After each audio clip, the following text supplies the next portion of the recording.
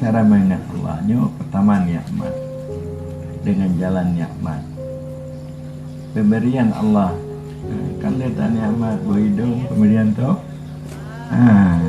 melinyung namanya nikmat. Wa in tahun tu nikmatan la tusuha. Langit bumi Bandung nikmat Allah. Tadi begitu tak ingat nikmat, maka tak ingat kasih sayang Allah katanya. Karena nikmatnya pemberian Allah, sayang tak Allah katanya. Jadi waktu dia ingat sayang tak Allah katanya, sayang Allah itu melebihi daripada sayang minum tanya katanya, sayang ayah tanya katanya. Maka lupa tanya kepada lainnya.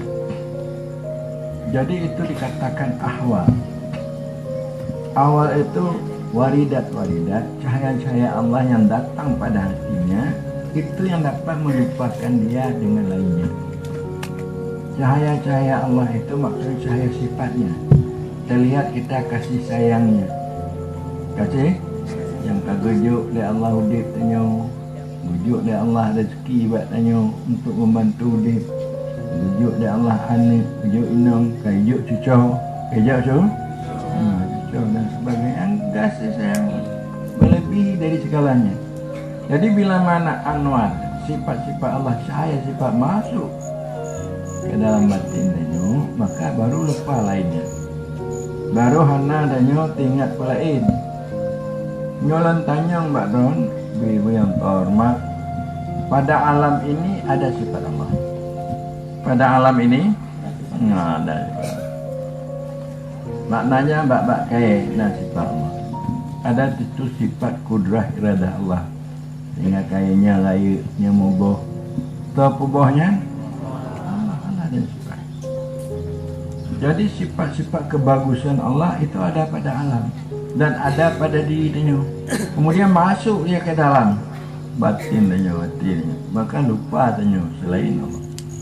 Sebelum cahaya sifat itu masuk, tanya diganggu oleh sifat-sifat lainnya, oleh cahaya-cahaya lain. Nyo ketamong cahaya Allah dalam batin danyo, asma dan sifat, sehingga danyo tu pada lainnya. Anali cahaya inom, anali cahaya mano, cahaya kameng. Mana ni kata puji no, tanya cahaya apa yang lemah ni? Cahaya kambing, cahaya mano, cahaya ungkup, cahaya karena cahaya Allah itu belum masuk. Jadi itulah cahaya itu bisa masuk setelah hudur Allah. Hudur itu karena zikir. Kalau tanya berzikir hanya hudur itu masuk ke dalam cahaya yang diingat itu masuk, maka itulah dapat melupakan lainnya, termasuk diri danyo. Maka dikatakan panah. Dikatakan panah artinya tidak teringat lainnya, teringat Allah saja. Menyodon dapat lutamong atau dalam quote a'yan tabita, teringat asma dan sifat Allah. Apa saja yang diinginkan dibantu oleh Allah.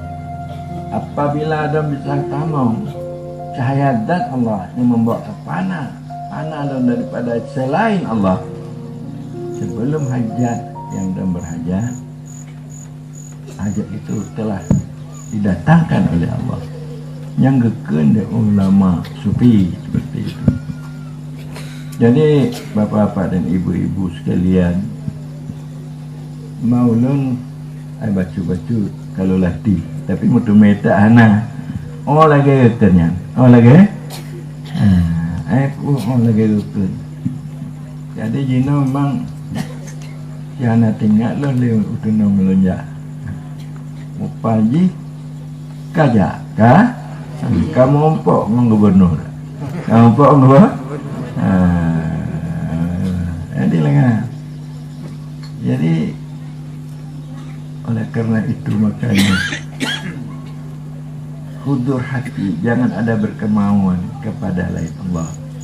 Ini adalah salah satu sifat orang yang bertauhid tasawuf. Dan kedua, orang yang berpegang dengan Allah di antara lain isbalul khalqi, isbalul khulqi lil khalqi. Artinya,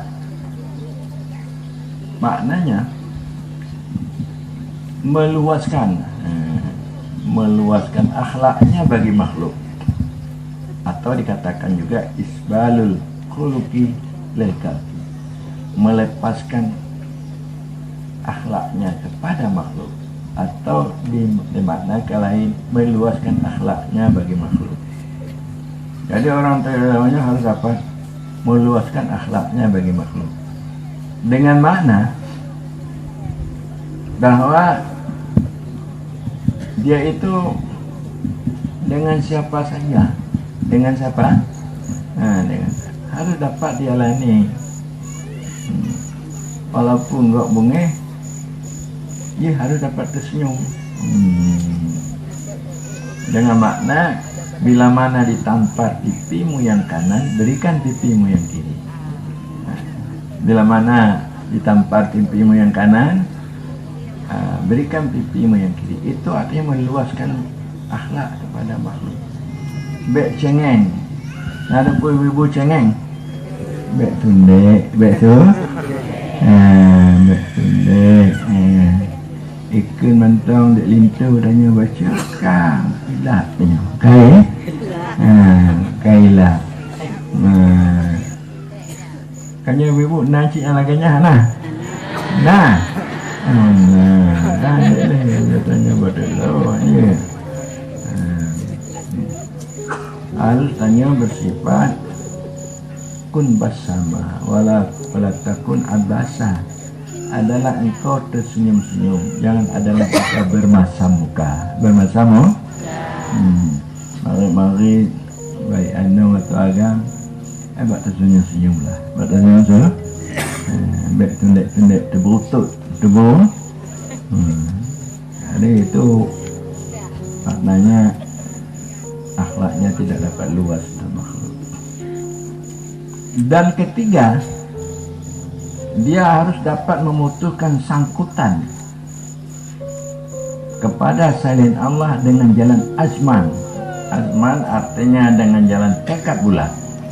Dengan jalan tekad bulat. Dagingkan oleh Dr. Dia hasbi rabbi jalallah ma fi kalbi. Cukuplah. Tuhanku di dalam hatiku. Rabbi jalallah ma fi kalbi ilah, tidak di dalam hatiku melainkan Allah. Ibu-ibu yang terhormat, pemantang hajat yang tanya berhajat, takaduhai ba Allah, takaduhai ba Allah. Insyaallah itu cepat diperkenankan Allah. Jadi bila mana telah dapat seperti itu, barulah dia dapat bersambung dengan Allah. Bila mana putus selain Allah, termasuk dirinya nak ingat lagi, baru dia mentambung dengan Allah. Makna dia nak ingat ni kodoh ji, ilmu dia nak ingat ji, carong dia nak ingat ji, gagah dia nak ingat ji, pen dia nak ingat lagi. Tidak teringat. Maka baru dia bersambung dengan Allah. Dengan makna barulah Allah itu menyayanginya dan membantunya di dalam kehidupan ini. Para hadirin hadirat, maka dari itu marilah untuk mendapat kita lagi pun yang akan kembali kepada hakikat wujud diri kita, hakikat wujud diri kita di dalam sifat. Pada hakikat wujud diri dalam sifat atau di dalam hakikat Nur Muhammad. Maka di situ kita aman, maka itu kita dapat dengan berzikir. Dengan berzikir artinya zikir taraki istilahnya. Makna zikir taraki ini, zikir arti kita berjalan kepada Allah. Tapi kalau kita zikir hasanat itu lain. Ini zikir yang hati kita berjalan kepada Allah. Bagaimana kita berjalan kepada Allah? Berjalan kepada masa golom nadanya. Itu yang nama saya Allah bab kita nu berjalan ke mundur semata dan hana. Di mana ada arti panah lainnya.